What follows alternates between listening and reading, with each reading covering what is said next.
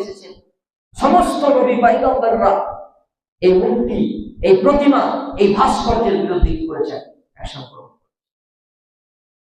অথচ আমরা কি করি?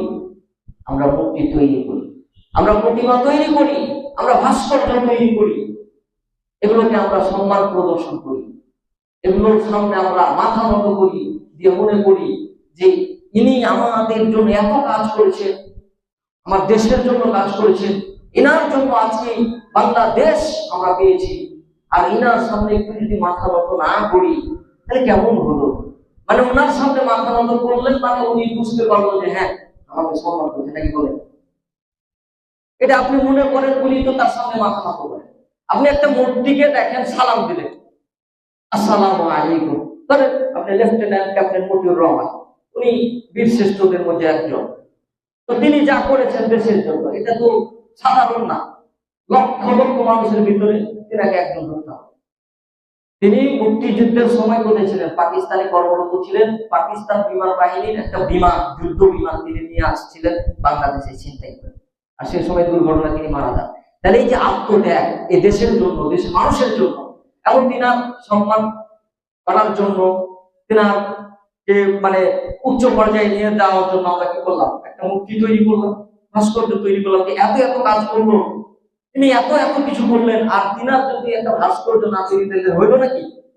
এখন ভাস্কর্য তৈরি করে আপনি কি করলেন? তাকে সালাম দিলেন। আপনার এখন বিশ্বাস হলো যে আমি ওনাকে সালাম দিলাম মানে উনি সালাম দিলেন, নাকি? উনি কি সালাম দিতে পারবে? জীবন্ত মানুষের যদি মূর্তি তৈরি করে আর ওকে যদি সারাদিন সালাম দেন, সালামে জবাব দিবে? কথা বলে দিবে? দিবে না। হিন্দুরা যেমন আপনার কি করে, মূর্তিকে সামনে রেখে মা দুর্গা, মা আমার একটু বিপদ, মা আমাকে এই বিপদ থেকে রক্ষা করো, মা তুমি ছাড়া তোমার কেউ নাই, মা হরে কৃষ্ণ হরে রাম, হে প্রভু ইত্যাদি বলে না তারা, তারা তো দোয়া করে। তো তাদের বিশ্বাস কি?